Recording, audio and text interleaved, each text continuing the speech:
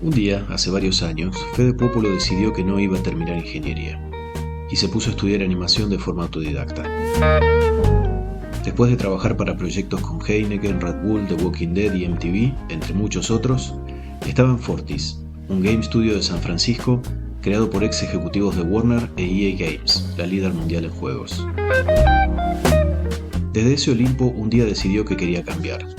Dejó Fortis, creó un podcast, se hizo freelance y comenzó a ayudar a animadores latinoamericanos que quieren hacer la carrera que él hizo.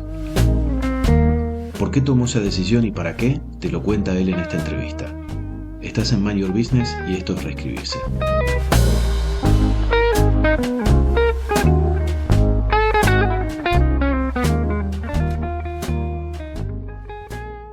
Lo que quiero contar, lo que me gustaría contar en tu caso y en los otros casos es cómo fue que tu carrera venía por un carril, por un camino que venía muy bien y de golpe dijiste, bueno, voy a pegar un volantazo y voy a cambiar pese a que estaba yendo fantástico y vos tendrás tus razones y ahora me las vas a explicar, pero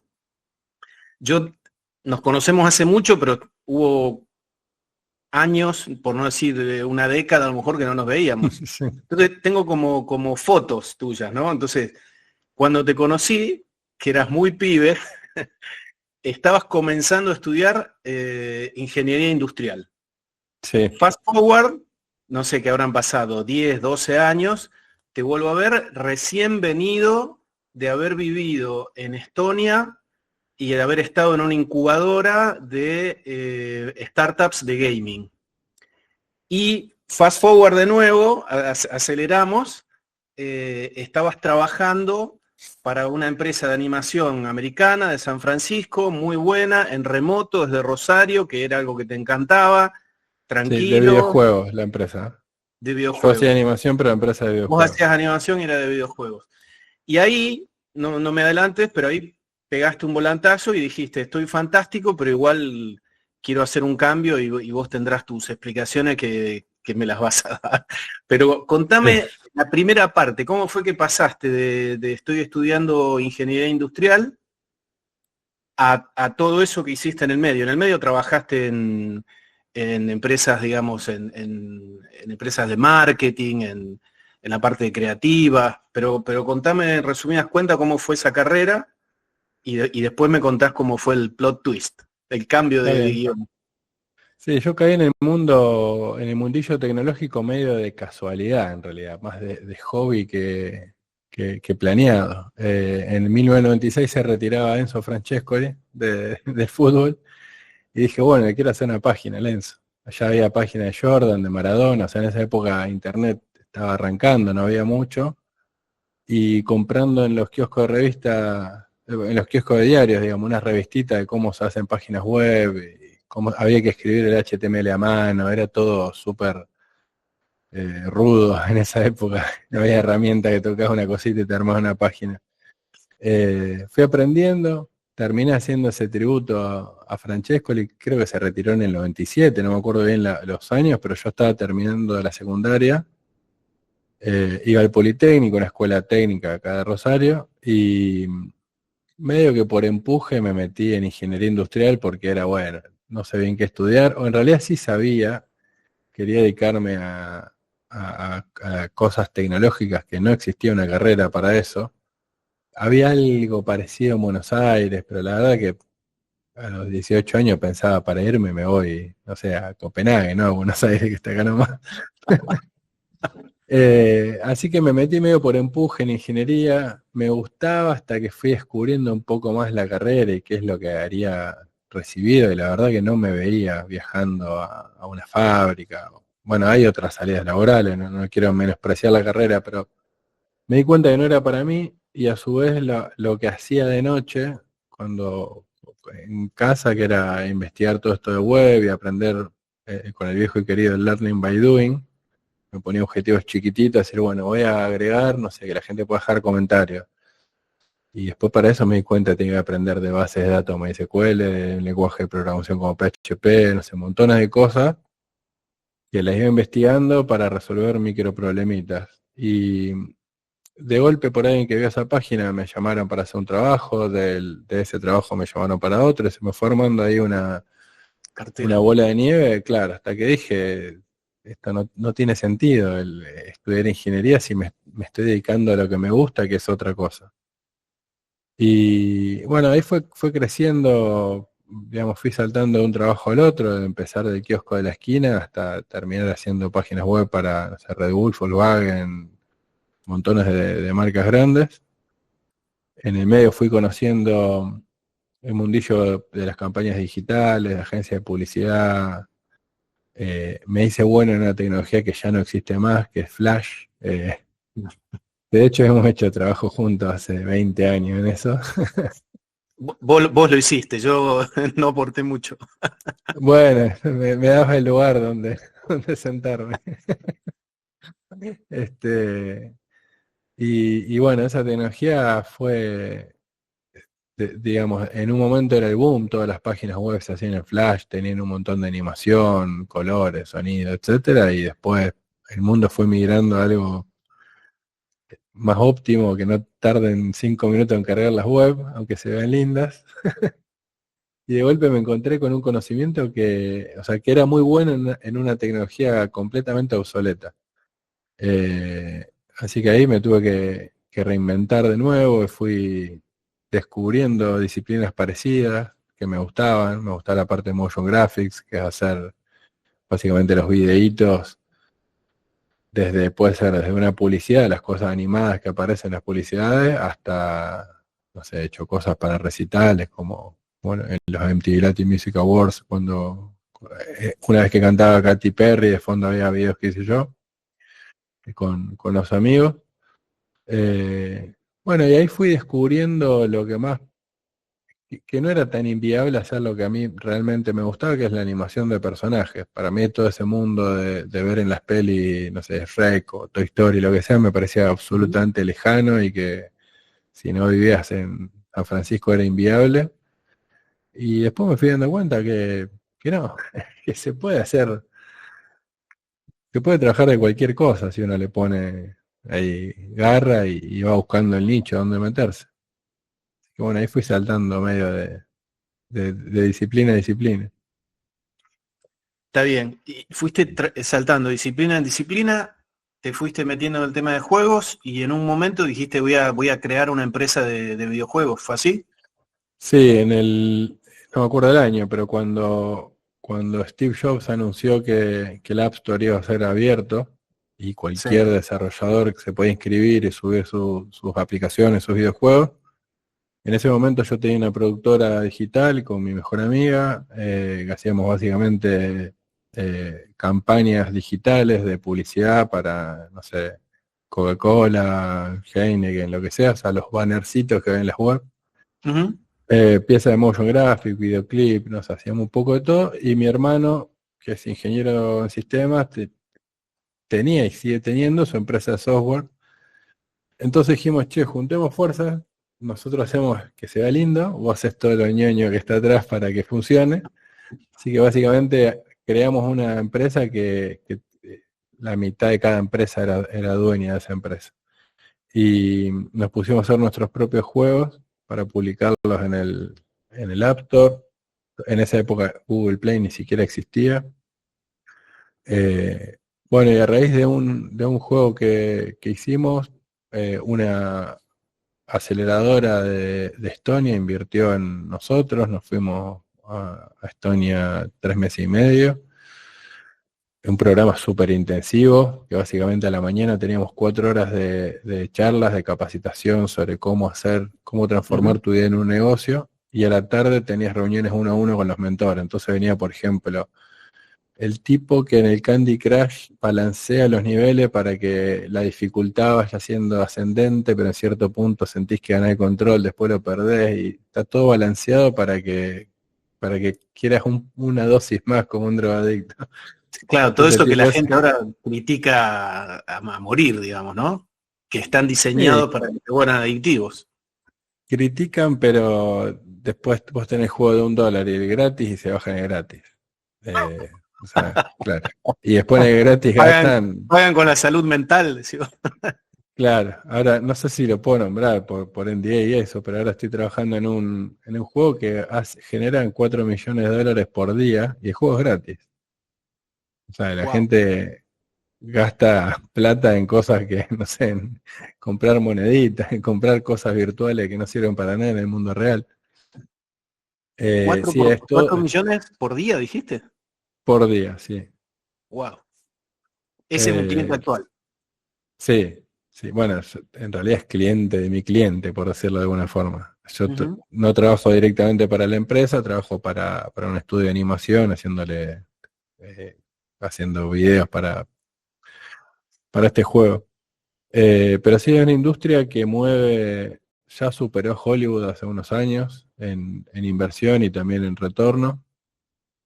Eh, y la verdad yo me metí por hobby, por decir con mi hermano, bueno, hagamos jueguitos.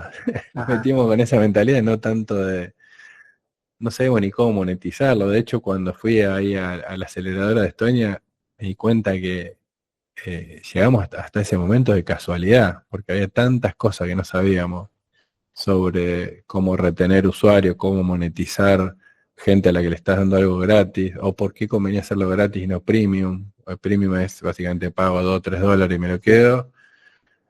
Free to play es jugar gratis. Tenés todo esto, podés hacer todo, absolutamente todo gratis, pero si pagás podés, no sé, progresar más rápido. Suponete que tenés que esperar para abrir un paquete de figuritas 8 horas, y si no querés esperar, gastá Sí, unas moneditas de sí, sí. diamante y lo abrías ahora. Y esas moneditas de diamantes las generas muy lento o las compras con O plata. las compras. Ujú. Eh, Ahora, ¿qué onda con el mundo de las startups de ese tema, de gaming? Porque a mí me da la sensación, la imagen que tengo con las startups en general, que en una época estaba como mucho más cerca de eso, de estas incubadoras, aceleradoras, etcétera. Pero hoy me da la sensación que es una especie de carrera de espermatozoides. O sea, millones van, y van cayendo, cayendo, cayendo, cayendo. Es un embudo gigantesco y llega un afortunado, que no será uno, serán algunas docenas, digamos, ¿no? Ahora, en sí, gaming en particular, todavía peor, me parece. No peor, es apasionante, pero es más jodida la carrera. Es como que, justamente por lo que dijiste, podés crear el juego, pero monetizar debe tener 1 millón de estrategias, todas las cosas que te enseñaron, pero sigue siendo un súper desafío. O sea, eh, hay cosas que son más fáciles de monetizar. Es como Hollywood, digamos, el que la pega, la recontra pega, seas sí. director, seas actor, lo que sea, pero hay una cantidad enorme y hay un filtro súper duro. Sí, es que yo veo dos aristas distintas. O sea, por un lado, la competencia es salvaje. Tenés que hacer algo que esté bueno. O sea, hay tanta oferta. Abrís el App Store y hay tantas cosas para jugar o para, Ujú. no sé, aplicación de notas, tenés 200, aplicación de grabar sonido, tenés 200. O sea, el crear un diferencial no es fácil. Hay mucha competencia, hay muchas cosas muy buenas apuntadas a la misma gente. Y por otro lado hay una falta de profesionalismo inmensa. Y esto es algo por lo que me van a putear en todas las comunidades de desarrolladores. Pero a mí me pasa un montón de ver, eh, hablar con desarrolladores locales y, por ejemplo, usan cierta tecnología porque es open source y gratis. Y está todo bien con eso, pero después no podés escalar porque las empresas grandes trabajan con otro software, con otra tecnología, ya tienen desarrollada hace 20 años una plataforma en base a ciertos programas y vos no podés venir a imponer no, yo hice mi juego con tal, no sé. Sí. No quiero meterme en problemas diciendo, nombrando, pero bueno, vamos a hacer un poquito de quilombo. Por ejemplo, hay un motor argentino que está buenísimo, se llama Godot, para crear videojuegos, que es gratis, Sí. open source, pero no hay mercado para eso. O sea, después los grandes publishers tienen como su plugin de cositas que te instalan para ver, no sé, estadísticas en tu juego, Ujú, o se conectan a su tienda para generar la compra, cuando vos querés comprar en tu tienda, no sé, monedita, un sombrero, lo que sea, ujú. y no lo tiene ni desarrollado por ahí en esos programas. Entonces, si vos ya arrancaste un proyecto en ese software, después te va a ser muy difícil conseguir un publisher que te ayude a generar mercados globales. Entiendo, Lo sí. mismo pasa con animación, o sea, hay muchos que usan Blender porque es gratis, la industria usa Maya, o sea, y cuando haces la búsqueda laboral le preguntas a alguien, ¿dónde te gustaría trabajar? Y me gustaría trabajar para el Fortnite o para el Counter, para el FIFA, para este, para el otro. Te metes en la empresa y buscan, no sé, Maya, Maya, Maya, Maya, Maya. Vos estás haciendo todas tus animaciones en otro software. Y sí, después te va a conseguir, te va a costar conseguir el trabajo. Así que pasa mucho de eso de por ahí hay algunos sesgos hasta ideológicos de no voy a usar tal Sí, sí, programa porque es esta corporación vil y malvada, pero sí. después querés publicar el juego para el iPhone. O sea, es de Apple. O Está para bien, PlayStation, que es de Sony. pero la gente que fue a este programa que fuiste vos en Estonia, súper profesionales, la gente que eran los Sí, mentores, vos me contaste, súper grosos, gente importante, de insiders, digamos. Aún así, sí. la tasa de éxito es complicada, digamos, no es tan fácil pegarla con un, o no lo sé, a lo mejor me lo estoy No, sí, inventando yo y no es tan es jodido como a mí me baja. parece. No, es baja la tasa, pero obviamente si vos seguís un checklist de cómo hacer las cosas bien, te acercás bastante a más. Eh, o sea, si vos sos un desarrollador independiente y lo único que te importa es hacer arte con tu proyecto y es tirar una moneda al aire y tu arte le puede gustar a los otros, no. Ahora, si a tu arte le agregás, no sé, un sistema de estadística y lo vas probando con gente y vas viendo en qué momento dejan de jugar, y decís, pucha, esta parte del juego se ve que no está buena porque me abandonan la mitad de los jugadores en este punto. O es recontra difícil. Capaz que a vos te parece una pavada porque lo hiciste 200 veces, jugaste ese pedazo mientras lo desarrollaba, pero si la gente se frustra y dice esto es una mierda, deja de jugar en ese momento, y tenés la herramienta para saber eso. Vos no estás viendo a la persona mientras juega, de hecho en los eventos hace un montón de filmar over the shoulder, o sea, estás con el celu ahí viendo qué toca el usuario, cómo interactúa con la aplicación, que siempre es distinto a lo que uno hace, a cómo lo pensó. Pero bueno, si vos le haces caso a todas esas señales, te acercás mucho más a poder tener algo que le vaya bien. Pero también Es mucho menos hay mucho de romántico de eso. lo que parece, ¿no?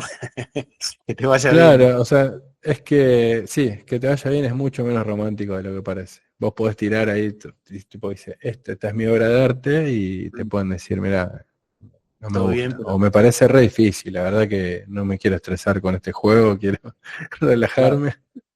claro. Lo bueno es que es todo medible, o sea, vos en todo momento podés saber si usás las herramientas adecuadas, qué tocó cada usuario, cuánto tiempo estuvo en cada pantalla, si pierde o no en cierto nivel, hasta podés diseñar la curva, decir, bueno, quiero que vayan ganando el control, que cada vez sea más difícil, hasta que pasa algo que los liquida y no pueden avanzar, no pueden avanzar, no pueden avanzar, hasta que descubren una nueva habilidad y empiezan a avanzar de nuevo, entonces vos te sentís más empoderado, después lo arruinás de nuevo con que vienen bichos más, no sé, difíciles de matar y ese nuevo poder no te sirve de golpe.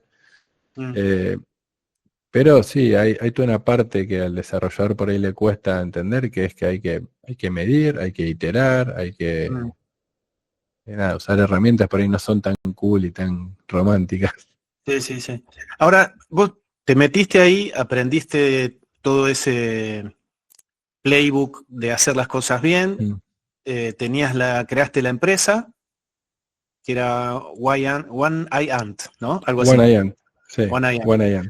Publicaste un juego muy interesante que estaba basado en la Divina Comedia. Sí, ese no llegamos a publicarlo. Lo iba a publicar. Publicamos otros dos juegos, que se llama Kill the Clowns, después lo renombramos a Circus Heroes, que era básicamente una historia ridícula de que venían unos extraterrestres a la Tierra a robarse los bebés para hacer caramelos con la saliva, o sea, era toda una cosa así delirante, pero no tenía, era violencia cartoon, o sea, se Sí, sí, sí. explotaban en caramelitos, era todo así medio tierno, con bastante humor. Ese es el proyecto por el que fuimos a la empresa esta de Estonia. Bueno, Ujú. estuvimos por Estonia, Finlandia, Suecia, Estados Unidos. Nos iban llegando por varios lugares con incubadora. Después publicamos otro juego free to play. Y después tuvimos 2 veces seguidas, hicimos el mismo error. que A ver. fue confiarnos mucho en la tecnología y no tanto en la historia, por decirlo de alguna forma. Nos pasó que estábamos haciendo un juego que era un runner son esos que vos corres de lado a lado Sí, saltando, esquivando obstáculos, sí. eh, y la vuelta de tuerca que se nos ocurrió era hacer que los usuarios desde Twitter puedan modificarle el gameplay a todas las personas que están jugando al mismo tiempo. Entonces, si vos en Twitter ponías, no sé, quiero que lluevan pollos en Sweet Meat, Sí. había cierto hashtag que nosotros íbamos leyendo y si alguien tuiteaba en ese hashtag, le aparecía el mensajito a todos los que están jugando, tipo, I want a chicken Fulano, storm. Fulano dijo tal cosa, entonces empezaron a llover pollo prendido fuego está y buenísimo. tú, sí, estaba Está divertida la buenísimo. mecánica. Y vos tenías Pero, que esquivarlo y si no esquivaba te mutilaban. Entonces vos eras poner un conejito tierno y ibas saltando una patita porque la otra te la voló el pollo. La verdad que era muy gracioso porque era entre bizarro. O tierno sea, y truculento, digamos, sí.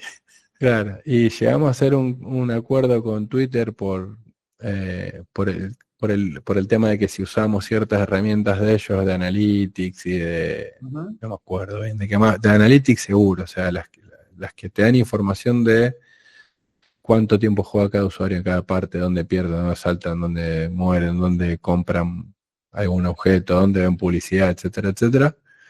Para ese juego sí teníamos mucho más desarrollado el tema de cómo hacer que la publicidad sea algo que la gente quiera ver y nos fue muy bien en la conversión. O sea, te dábamos, por ejemplo, cada tanto vos podías perseguir un cofre con premios que te desbloqueaba un Ujú. personaje, por ejemplo, pero para abrirlo tenías que ver un video.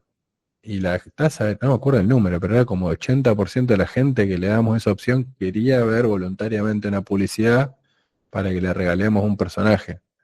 Sí. Bien. Y si vos, tremendo, pero si vos le pones a esa misma persona, terminan de jugar, le pones un video, salen del juego. Ahora, si vos le decís, Sí, ¿querés es ver un un video pago para por, abrir esto? Claro, claro. la paga por abrir el cofre es un video y la gente Buena lo mecánica, tocaba con sí. gusto. Y, Sí, pero bueno, lo que nos pasó con eso es que Twitter estaba medio fundido en esa época, le vendió todo este set de herramientas a Google, Google directamente ah, las dio de baja, o sea, quería comprar la gente, no le importaba la herramienta, quería hacerse del equipo y ponerlo a laburar en otra cosa, y nada, de golpe teníamos un juego que no andaba. Estaba todo muy basado en esa tecnología que no funcionaba, vos entonces... decís, el error fue haber confiado en que tu juego dependía en parte de la tecnología de un tercero, digamos. Claro, la mecánica en sí de juego, si bien era divertido, eh, nuestro esfuerzo fue más que nada en cómo optimizar, cómo usamos a toda esta herramienta que nos da Twitter, en vez de cómo mejoramos la jugabilidad y si Ah, ok, no, qué va ok. a ganar Twitter que sea divertido igual. O sea, no era tan divertido sin todo eso de Twitter. Lo que estaba buenísimo es que vos estás jugando y algún cabrón pone, no sé, quiero que llueva ácido y el ácido te iba derritiendo la cara, entonces tenía que saltarlo, que esquivarlo. Entonces era divertido que la gente desde Twitter podía jugar a ser Dios de alguna forma, o sea, le cambiaba la jugabilidad a todos los que están en el juego. Pero era muy dependiente de Twitter. Entonces, ¿Y qué caía pasó? esa herramienta de juego. Creaste un juego muy interesante, muy bueno. Le interesa a Twitter porque usás esas herramientas. Lamentablemente lo agarrás a Twitter en la época pre-Elon Sí, y no tenían guita y le venden todo eso a Google y te mataron.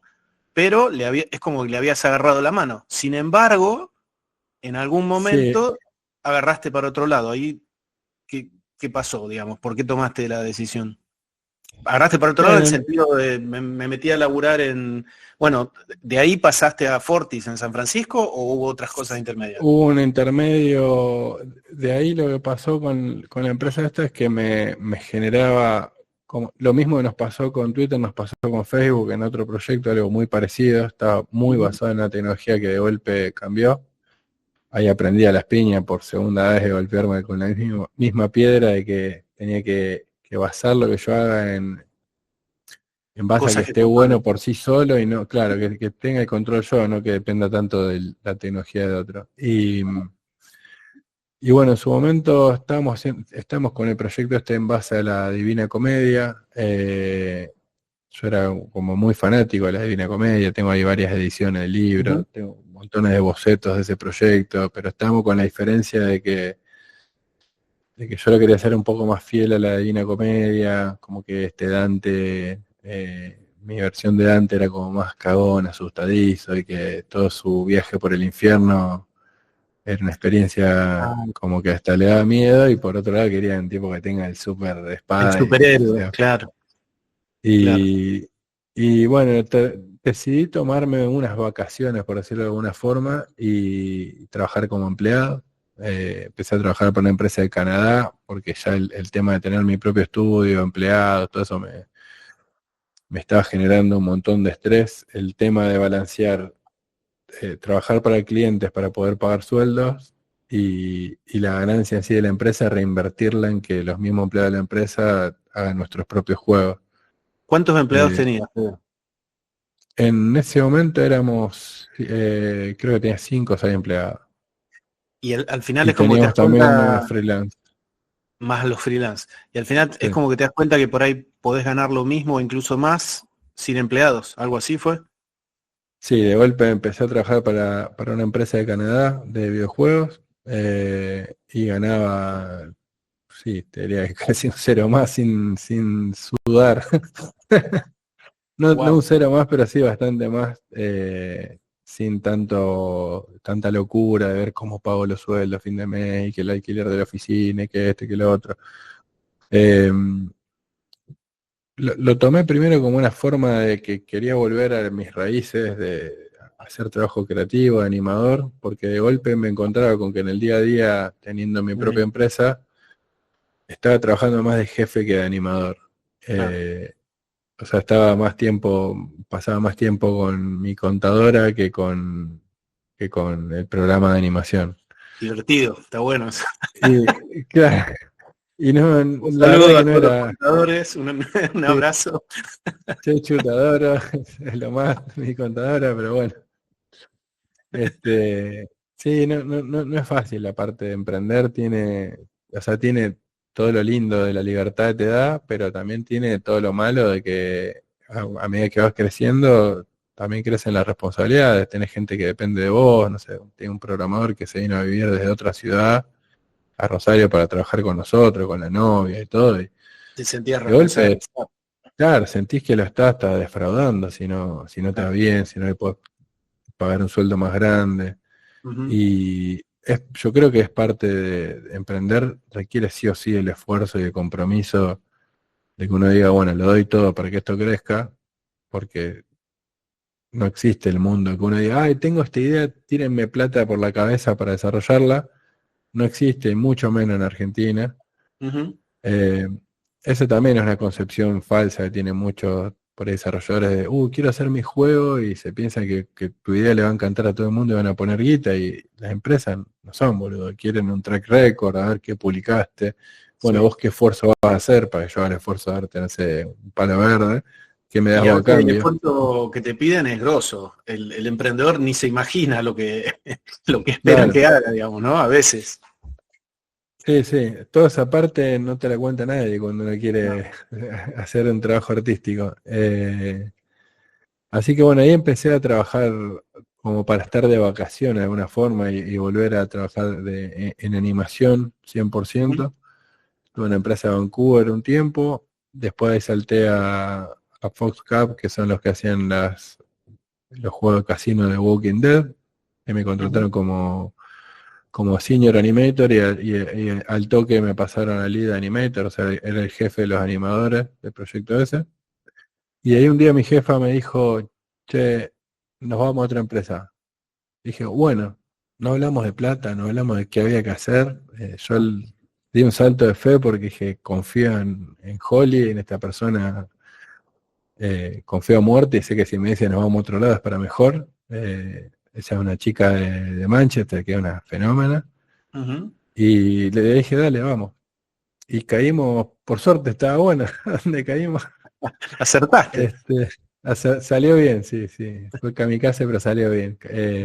En resumen, quien era vicepresidente de Warner Brothers Games, juntó en la ronda de inversión, juntó fondos infinitos para hacer su propia startup, renunció a Warner Brothers, puso su empresa de videojuegos. Cuando yo entré ahí éramos 10, cuando renuncié éramos 400 y pico, más varias empresas que hacían outsourcing. O sea, creció descomunalmente rápido.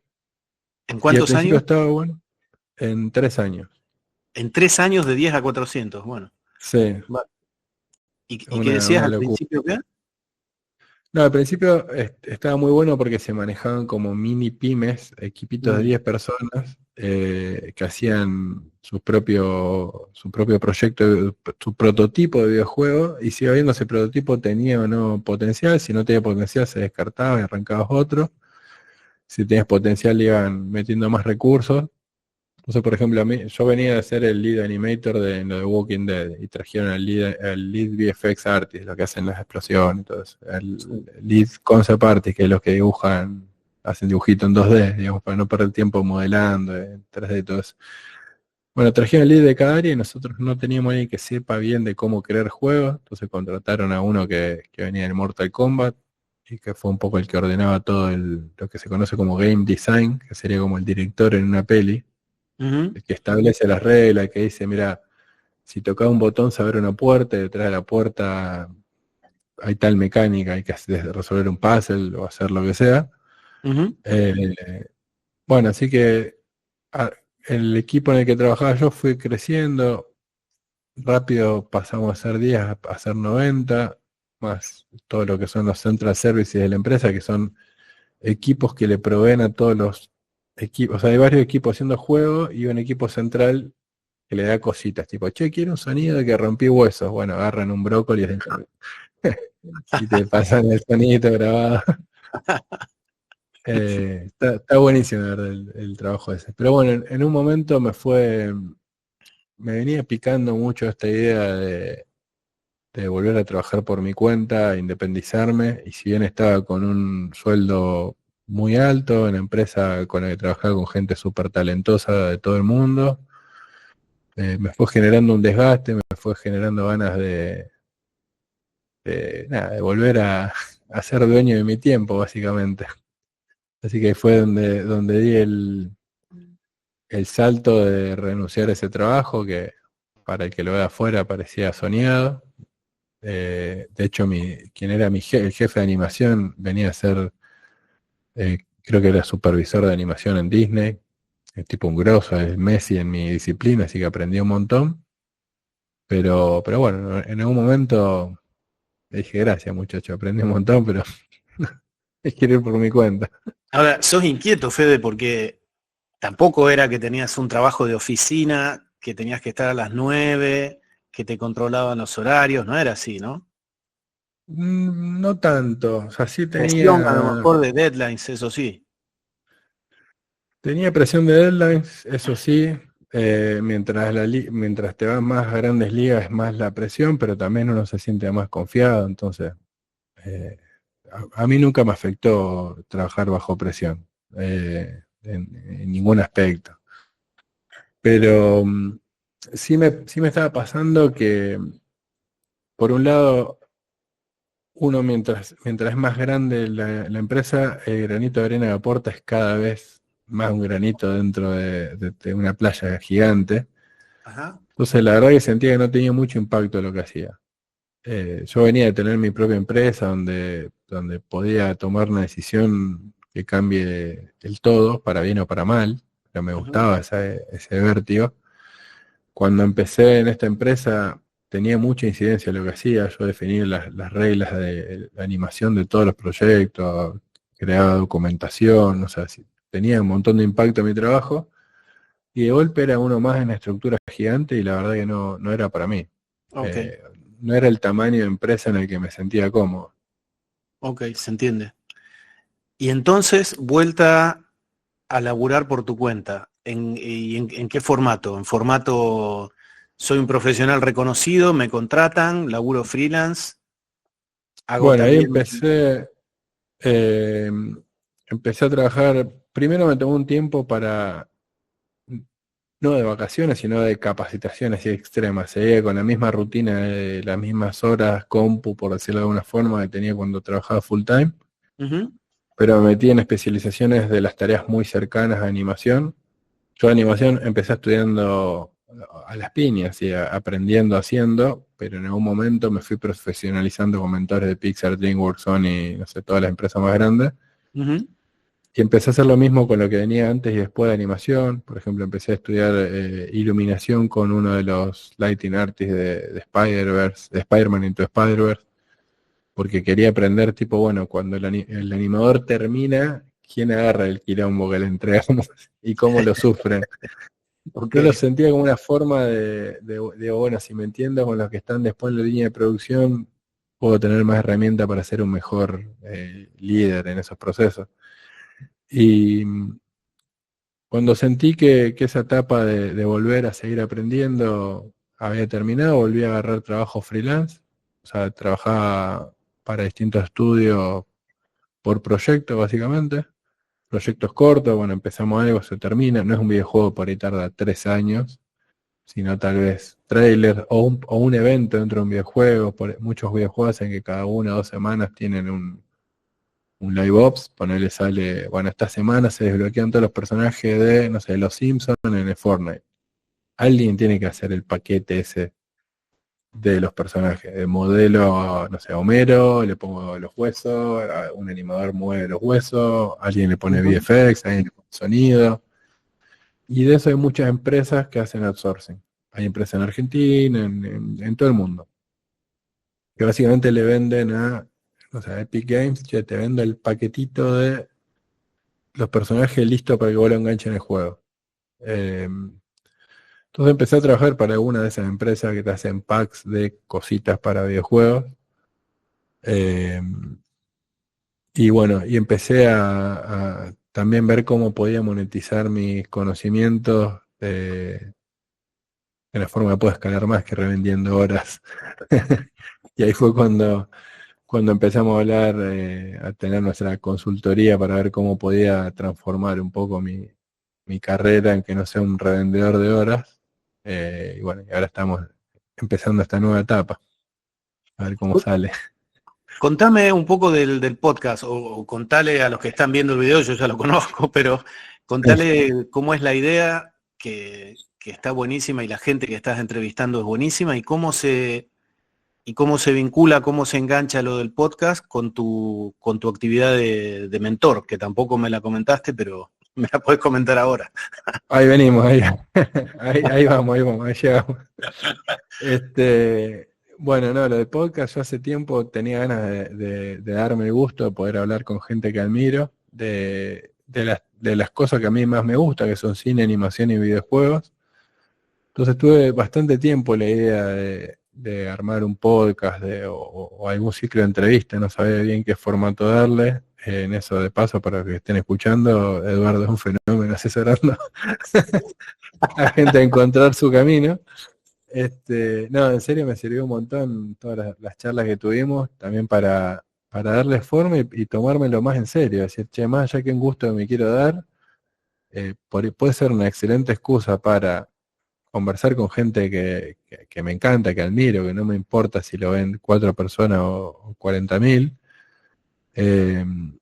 Así tuve la oportunidad de hablar con el director de una de las pelis más lindas de animación que vi en mi vida, que es El Libro de la Vida. Eh, Después charlé con otro animador, bueno, ese es un animador y director mexicano, que es un fenómeno. Después hablé con un animador chileno que está trabajando en un estudio de Vancouver, que hace Rick and Morty, montones de cosas alucinantes. Ahora el que está por salir es con una animadora paraguaya que está en París, en Fortiche, que hacen. Las chicas hacen un trabajo rarísimo, hacen la simulación de pelo y ropa en todos los personajes de Arcane. Entonces, bueno, mi idea con eso era intentar inspirar a gente de Latinoamérica de que si naciste en el lugar equivocado, por decirlo de una forma, no es excusa, o sea, podés nacer donde sea y llegar a las más grandes ligas. Eso por un lado, y por otro lado el tema de también mostrar que hay algunas disciplinas rarísimas, como esto te decía, esta chica que hace simulación de pelo y ropa, por ahí se aprenden 6 meses o un año, y pagan unos sueldos exorbitantes por ese tipo de tareas. Entonces por ahí uno tiene en la cabeza a veces que, no sé, todo el mundo quiere ser director, no tiene ni idea de lo que es ser director Claro. y todo lo que implica. Y por ahí hay una disciplina que se aprende rapidísimo, pagan muy bien, si te toman el pulso, si respirás te contratan. Eh, claro, es el trabajo, por lo menos en el mundo de cine y videojuegos, es mientras más específico, es más Bastante. difícil conseguir y mejor lo pagan. Mm. Entonces eso lo tenía medio relacionado con mis mentorías, que básicamente apuntan a que por un lado, que profesionales que quieren dar un salto en la carrera puedan encontrar su nicho y puedan tener las herramientas para pasar a la siguiente liga, por decirlo de alguna forma. Y por otro lado, también ayudar a los estudiantes que se metieron en una carrera súper generalista que después no tiene salida laboral, porque a veces pasa que uno en la facultad le enseñan a hacer 20 cosas y después cuando te pones a ver, bueno, mi sueño es trabajar en Pixar, por ejemplo. Bueno, ¿qué contrata Pixar? Y vos buscás mirás la búsqueda laboral y dicen, Lighting Artist. Y es eso, tenés que iluminar, tenés que poner foquito de luz en la compu para que se vea lindo el resultado final. Y por ahí en la facultad te enseñaron a hacer 20 cosas a nivel Menos muy eso. básico. Mm. Y no, por ahí capaz que eso te lo enseñaron, pero tuviste una clase y lo Claro. vieron así nomás.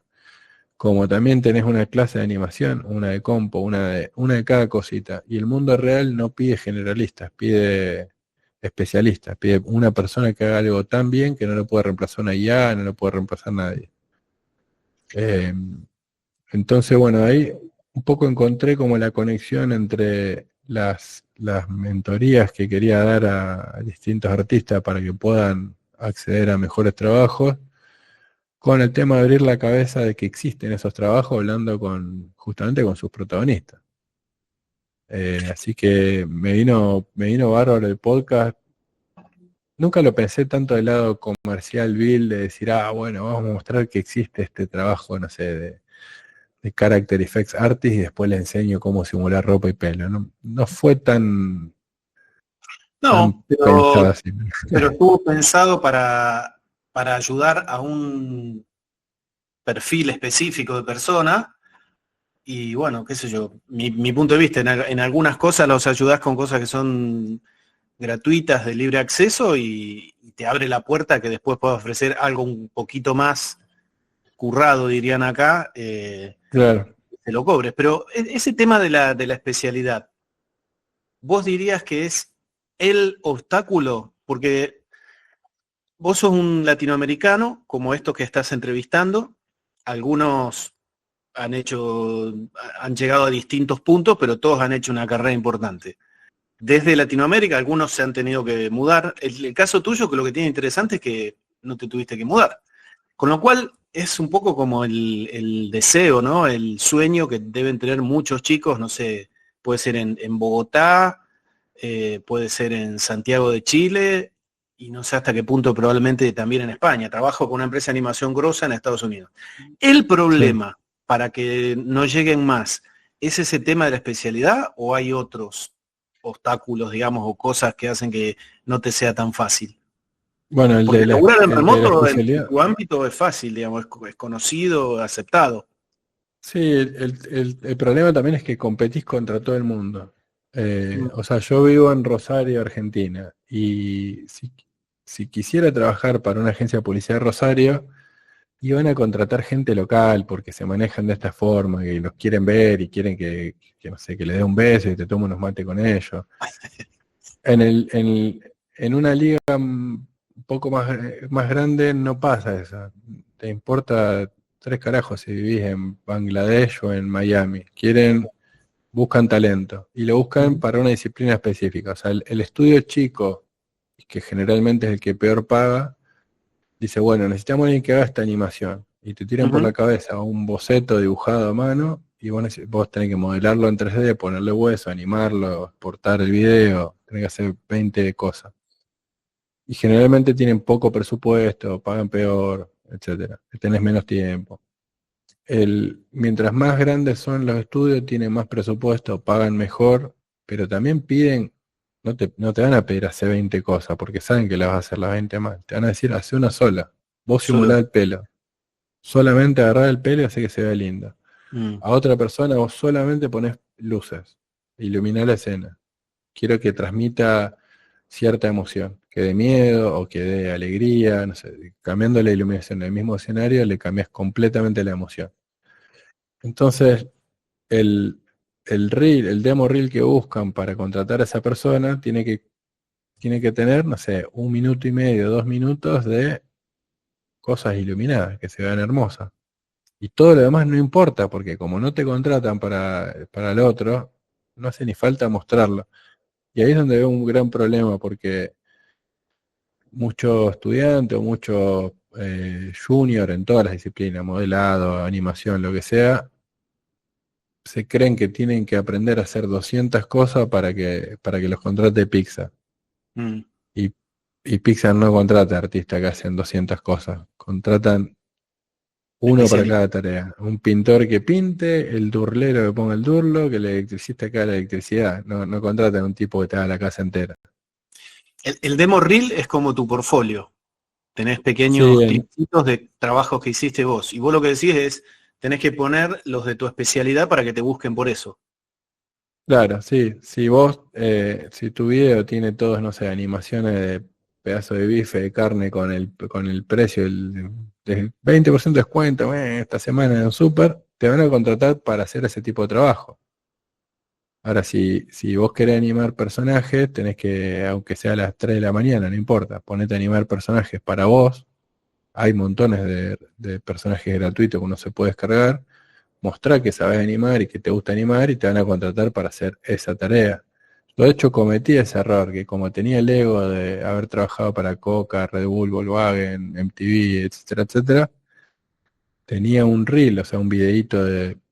El reel nunca tiene que superar los 2 minutos porque los reclutadores ni lo ven, sino... Ujú. Eh, tenía un video que mostraba mucha marca grande, pero no mostraba tanto trabajo del que yo quería hacer, mostraba más trabajo del que sé hacer. Claro, Y a vos te terminan contratando por lo que estás mostrando. Tipo, mira, claro. hago esto a este nivel. Si estás mostrando, no sé, trabajo de iluminación y querés modelar personaje en 3D y no te van a contratar para modelar, porque no están viendo que modeles bien, están viendo que haces bien otra cosa. Tipo, quiero Bien. ser tenista y mostrar un video de todas mis jugadas de fútbol y no te voy a contratar para ser tenista. Es algo que me Bien. muestre que sabes jugar al tenis. Ahora, cuando te súper especializás, te la jugás un poquito, salvo que, como bien dijiste, apuntes a todo el mundo. Si apuntás a cualquier lugar que te puedan contratar hablando en inglés, imagino, la super Sí, especialización garpa. Si vas a un sí. mercado más chiquitito, te obliga a ser medio jugador de toda la cancha, porque tenés menos chances Sí, si te super especializado. O sea que las dos cosas van en conjunto. Me especializo, hago el demo reel que muestre que me especialicé en algo y tengo que salir a ofrecerme al mercado más amplio que pueda, ¿no? sí, en realidad el trabajo, los generalistas son los peor pagos en todas las industrias. Son muy locales generalmente los trabajos porque son empresas que no tienen, como no tienen presupuesto, pueden contratar una persona para que haga, no sé, un Claro, comercial de lo que sea. claro. El video de la presentación del Mundial de Fútbol o cualquier proyecto grande van a tener Mm. presupuesto, van a contratar equipos grandes con 20 personas y cada uno de los 20 va a hacer una tarea. No van a haber 20 generalistas en ese proyecto. Por eso yo creo que depende mucho la cantidad de cosas que tenés que saber hacer, depende mucho de qué tipo de trabajo apuntás. Si querés trabajar en una peli, o en una serie, o en comerciales de gran calidad, tenés que saber hacer una sola cosa muy bien. La que sea que te gusta, hay trabajo para todo el mundo. Sí hubo un factor, una crisis en la industria cuando terminó la pandemia, que por suerte está terminando también esa crisis. Eh, de golpe las empresas contrataban al que esté respirando para hacer animación y videojuegos. terminó la pandemia, la gente salió de su casa, dejó de consumir tanto jueguito y series y peli, Claro. y empezaron a perder plata las compañías. A unos 5 o 6 meses después que las empresas empezaron a perder plata, empezaron a despedir gente. Porque era, bueno, estamos generando más contenido que se consume, achiquemos, no. Después pasó el rebote de que empezaron a subir de nuevo las acciones y el interés en, no sé, Netflix, Disney, HBO, lo que sea, y no tenían tanto contenido que ofrecer a la gente que estaba de golpe consumiendo, de golpe en el sillón comiendo Doritos viendo Netflix.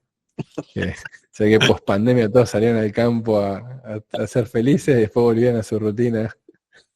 Y bueno, empezaron a contratar de nuevo las empresas. Así que hay como un boom ahora de que están volviendo a las búsquedas laborales. Pero lo que te decía, si tu sueño es trabajar en Pixar, Disney, cualquier empresa grande, busca un especialista. Si tu sueño es trabajar, tener clientes locales en tu ciudad, probablemente pidan que seas medio un pulpo y hagas de todo. ¿Estás contento con la decisión que tomaste? Sí, la verdad que sí. Y Totalmente. va bien. Va bien, sí. Estoy haciendo ahora, a ver, por un lado sigo trabajando para estudios, pero empecé a trabajar para estudios un poco más grandes, en proyectos más que me gustan más. O sea, empecé a ser más quisquilloso con elegirlos. Uh-huh. Y también estoy ayudando a otros animadores a que mejoren su carrera, lo cual es súper gratificante. Así que sí, no me arrepiento en absoluto. Si querías impacto, como dijiste, no hay mejor impacto que ayudar a que otros puedan hacer lo mismo, ¿eh? Sí, la verdad que es mucho más gratificante hasta que tener un aumento de sueldo, lo que sea, el gane más o lo mismo o un poco menos, la gratificación también es, a ver, ganar guita ayudando a otros es súper gratificante. Tal cual. Es como por los dos lados. Por un lado estoy trabajando en lo que me gusta y por otro lado estoy ayudando a alguien a que cumpla sus objetivos. La verdad que es súper gratificante. Y eso también viene un poco de la mano de lo del podcast y empezar a crear marca personal, que yo en los últimos años fui medio tímido con ese sentido, medio salame. Bueno, algo que hemos hablado en privado, es que yo sentía que antes estaba cazando a las mariposas, corriendo con el coso, con la red, y no las agarraba, y cuando empecé a poner lindo el jardín, las mariposas empezaron a venir solas. Vení sola. Fantástico. Bueno, Fede, estas entrevistas no tienen intro, como viste, y tampoco tienen un final así muy, muy formal. Así que nada, gracias por la charla y bueno, mucha suerte con la etapa esta que ya te está haciendo fantástico, así que te siga yendo tan bien. Dale, gracias.